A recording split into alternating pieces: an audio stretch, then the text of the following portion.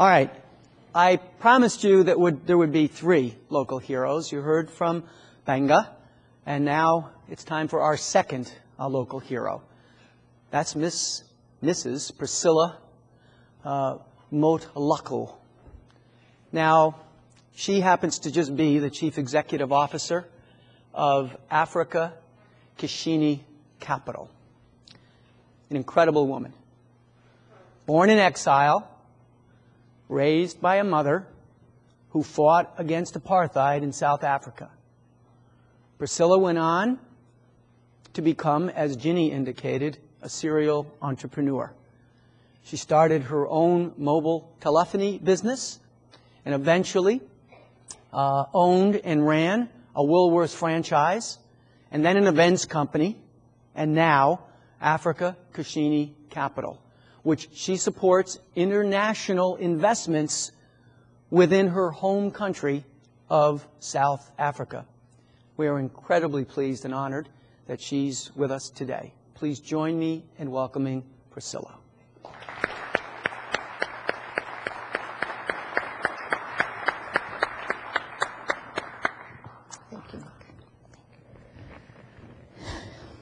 Good morning, ladies and gentlemen, and for those who do not know me, again, my name is Priscilla Motlhako, which stands for Miracle, Motlhako.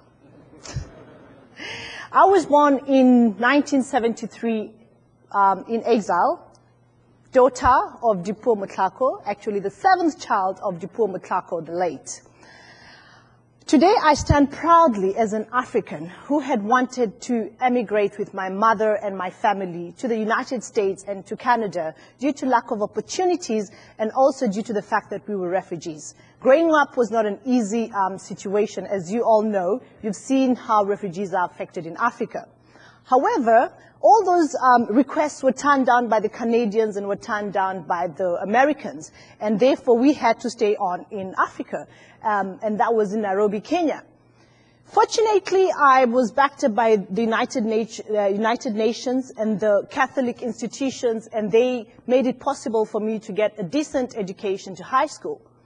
In 1994, I found myself back in my home country, South Africa, but a little bit amazed by the growth of infrastructure that was totally different from the Kenyan infrastructure.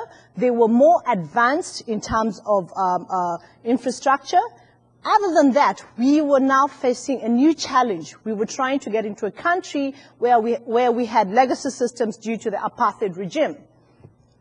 But for me, having grown up in a country like Kenya, through the hardships, I saw my challenges as the greatest opportunity ever in my life.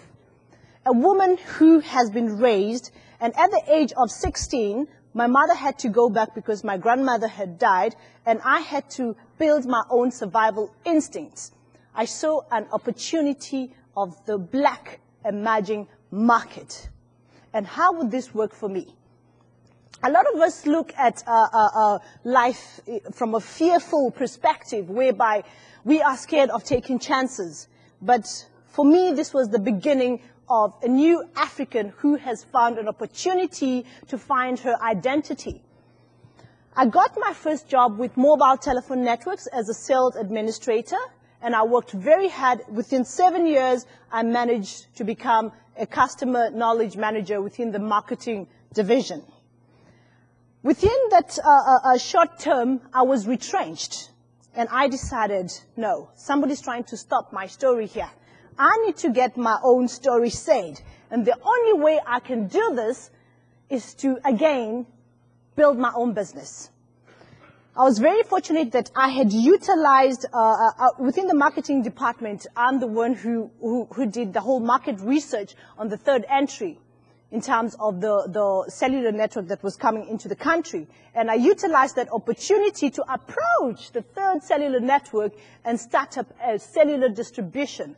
And I was therefore one of the pioneers in terms of franchising, in terms of a woman with the third cellular network. I managed to grow that business, became one of the top 10 franchisees, and based on those strengths, I decided, well, I might as well get a second store. After the second store, I took a step back and I said, wait a second, I am not a shopkeeper. Why can I not just look at my business, instead of looking at it as a mobile distributor, look at it as a retail division of my future holding company?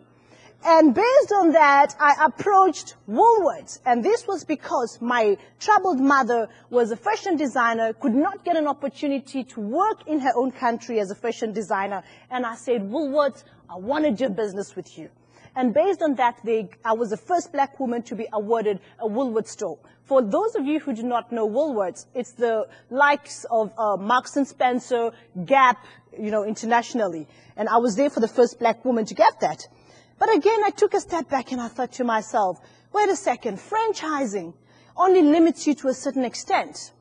I would love to have an institution whereby I can take my beliefs, I can take my ideologies, I can take my marketing experience, and based with my network and set up an institution. And I was very fortunate. I was approached by an events company, one of the top 5 events companies in South Africa, to be their Black Empowerment Partner. That has done very well, and today we boast ourselves of very good turnovers. But now, again, when I look at myself, I see a global woman. I refuse to limit myself to a box. I refuse to say that Africa only operates from a corner. I see Africa as a pioneer. I see Africa taking the continent to the next level, because I believe the world will step aside for those who know where they're heading to. To date, I boast myself, and I'm very proud to say, China is my next partner in business.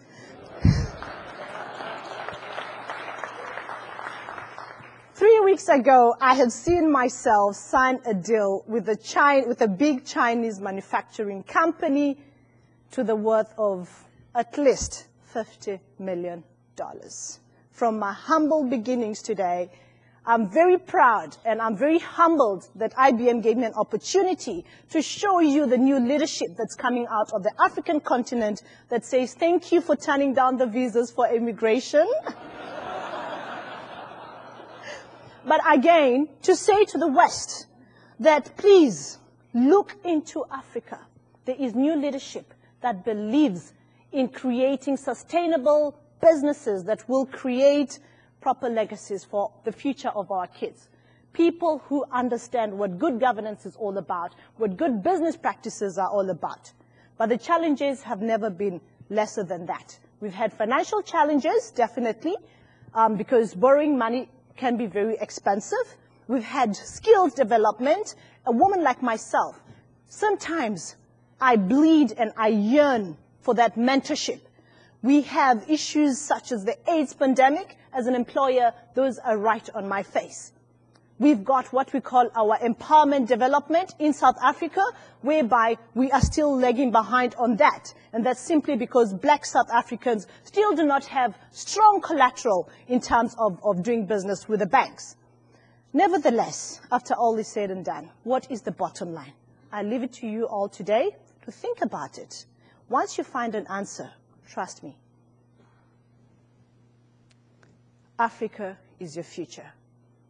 We all never realized that China was a sleeping giant. Today, China is taking over the world. It is predicted that by next year, China will kick out Germany from being one of the largest exporters. Thank you very much, IBM, for this opportunity. Thank you.